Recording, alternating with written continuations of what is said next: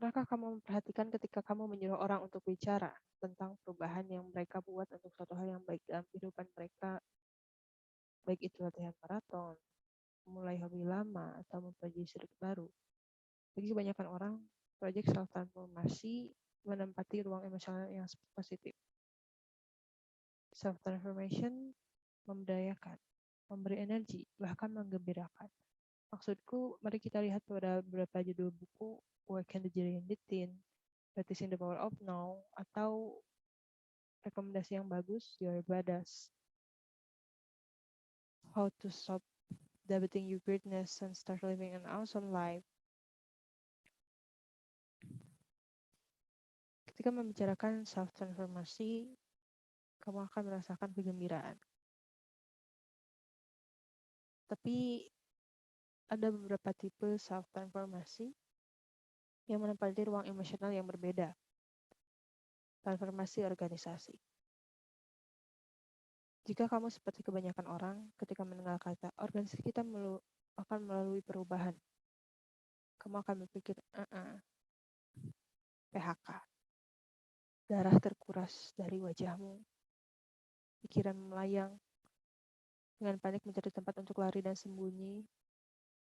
Ya, kamu bisa lari, tapi kamu tidak bisa sembunyi. Kebanyakan dari kita menghabiskan sebagai waktunya untuk kerja, terlibat dalam organisasi, dan karena adanya perubahan dan globalisasi, perubahan karena adanya teknologi maju dan faktor lainnya, nyataannya adalah organisasi secara konstan harus beradaptasi. Kenyataannya, aku memanggil zaman ini always on transformasi. Ketika aku membagi ide dengan istriku, Nicola, dia bilang always on transformation. Itu kedengarannya melelahkan. Dan itu mungkin apa yang kamu pikirkan. Dan kamu mungkin benar. Maksudnya ketika kita berjalan untuk mendekati perubahan organisasi, cara kita selalu. Tapi karena kita tidak bisa sembunyi, kita perlu mengerti dua hal. Pertama, kenapa perubahan itu melelahkan. Dan kedua, bagaimana kita perbaiki ini. Pertama-tama, kita akui bahwa perubahan itu sulit. Orang secara natural menolak perubahan, khususnya jika ini berdampak pada mereka. Tapi ada beberapa hal yang organisasi lakukan membuat perubahan lebih sulit lagi dan lebih melelahkan untuk orang-orang. Pertama-tama, pemimpin seringkali menunggu terlalu lama untuk beraksi. Hasilnya, segalanya terjadi dalam mode krisis, yang tentunya melelahkan atau memberikan urgensi. Apa yang mereka lakukan adalah apa yang lebih fokus pada jangka pendek. Tapi itu tidak memberikan harapan untuk masa depan, atau hanya mengambil pendekatan yang dangkal. Berharap bahwa mereka bisa kembali ke bisnis seperti biasa setelah krisisnya selesai.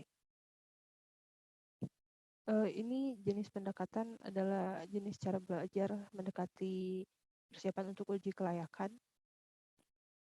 Dikarenakan untuk mendapatkan nilai tes yang bagus, guru akan berakhir mengajarkan tentang tesnya. Sekarang pendekatan itu biasanya sukses. Hasil tes seringkali naik, tapi mengagalkan tujuan dasar pendidikan untuk mempersiapkan pelajar dalam jangka panjang. Jadi terkait halangan ini, apa yang bisa kita lakukan untuk merubah cara kita organisasi? Jadi daripada melelahkan, ini sebenarnya memberdayakan dan energizing. Untuk melakukan itu, kita perlu fokus pada 5 strategi imperatif.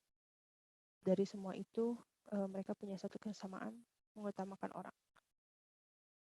Imperatif pertama untuk mengutamakan orang, menginspirasi tujuan.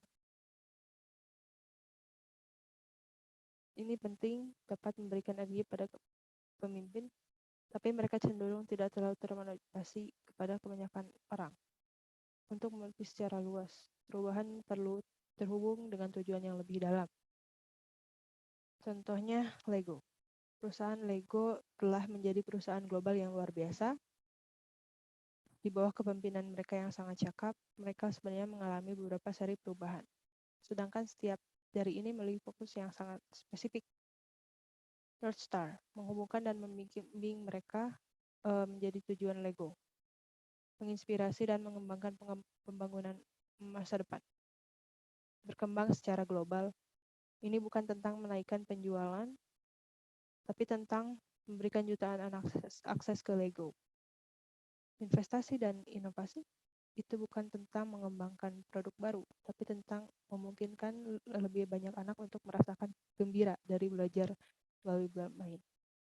Tidak mengherankan, kedalaman tujuan itu cenderung lebih membatasi orang-orang Lego.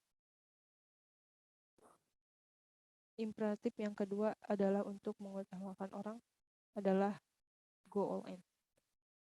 Terlalu banyak transformasi tidak lebih dari latihan pemotongan jumlah kepala, PHK dengan kedok transformasi dalam menghadapi persaingan tanpa henti, itu mungkin saja bisa menyakitkan untuk mengurangi organisasi. Seperti kamu harus mengurangi berat badan ketika lari maraton, tapi mengurangi berat badan sendiri tidak akan membuatmu melewati garis finish. Untuk menang, kamu perlu melakukan segalanya. Kamu perlu melakukan segalanya. Daripada hanya memotong harga, kamu perlu berpikir tentang inisiatif yang memungkinkan kamu untuk menang dalam jangka medium. Inisiatif untuk mendorong perubahan.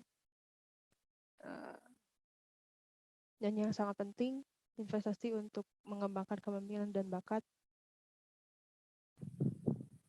Imperatif ketiga untuk mengutamakan orang adalah untuk membutuhkan orang-orang dengan kemampuan yang mereka butuhkan untuk sukses selama perubahan dan lebih dari itu. Selama bertahun-tahun, aku telah berkompetisi triathlon. Kamu tahu, sebenarnya aku tidak sebagus itu, tapi aku punya satu teman yang berbeda. Aku sangat cepat dalam menemukan sepedaku. Tapi ketika aku menyelipkan renangku, hampir semua sepeda telah tiada. Atlet triathlon tahu bahwa setiap kaki berenang, sepeda, lari sangat membutuhkan kemampuan yang berbeda, alat yang berbeda, skill yang berbeda, teknik yang berbeda. Kita perlu untuk memberikan orang-orang kita skill dan alat yang mereka butuhkan saat perjalanan. Kronos, perusahaan global perangkat lunak, menyadari mereka butuh dari produk bangunan, produk perangkat lunak untuk membangun software sebagai jasa untuk memungkinkan orang-orang mengambil perubahan itu. Pertama-tama mereka berinvestasi pada alat baru yang dapat memungkinkan karyawan mereka mengawasi penggunaan fitur-fitur, juga kepuasan pelanggan dengan layanan baru. Mereka juga berinvestasi dalam pengembangan skill, jadi karyawan mereka tidak dapat dan yang sangat penting, mereka juga memperkuat kebiasaan kolaborasi yang akan dibutuhkan untuk menyampaikan end-to-end seamless customer experience, karena investasi ini daripada mereka kewalahan dengan perubahan, karyawan Kronos malah senang, berenergi, dan memberikan peran baru kepada mereka. Dalam era always on transformation, perubahan itu konstan. Imperatif keempatku karenanya adalah untuk menambahkan budaya belajar seterusnya. Ketika Satya Nadella menjadi CEO Microsoft pada Februari 2014, dia mulai dari perjalanan transformasi yang ambisius untuk mempersiapkan perusahaan untuk berkompetisi.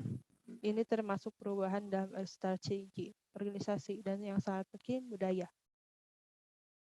Budaya Microsoft pada saat itu adalah silos dan kompetisi internal. Tidak begitu kondusif untuk belajar. Nadella mengambil ini langsung. Dia menggalang kepemimpinannya di sekitar visinya untuk hidup belajar budaya. Bergeser dari pola pikir tetap, di mana peranmu adalah untuk menampilkan orang di ruanganmu, untuk growth mindset, di mana peranmu adalah untuk mendengar, belajar untuk mengeluarkan yang terbaik dari orang-orangmu. Ya, baru-baru ini Microsoft telah menyadari perubahan dalam budaya ini. Bukti yang clear dari Microsoft mengutamakan orang.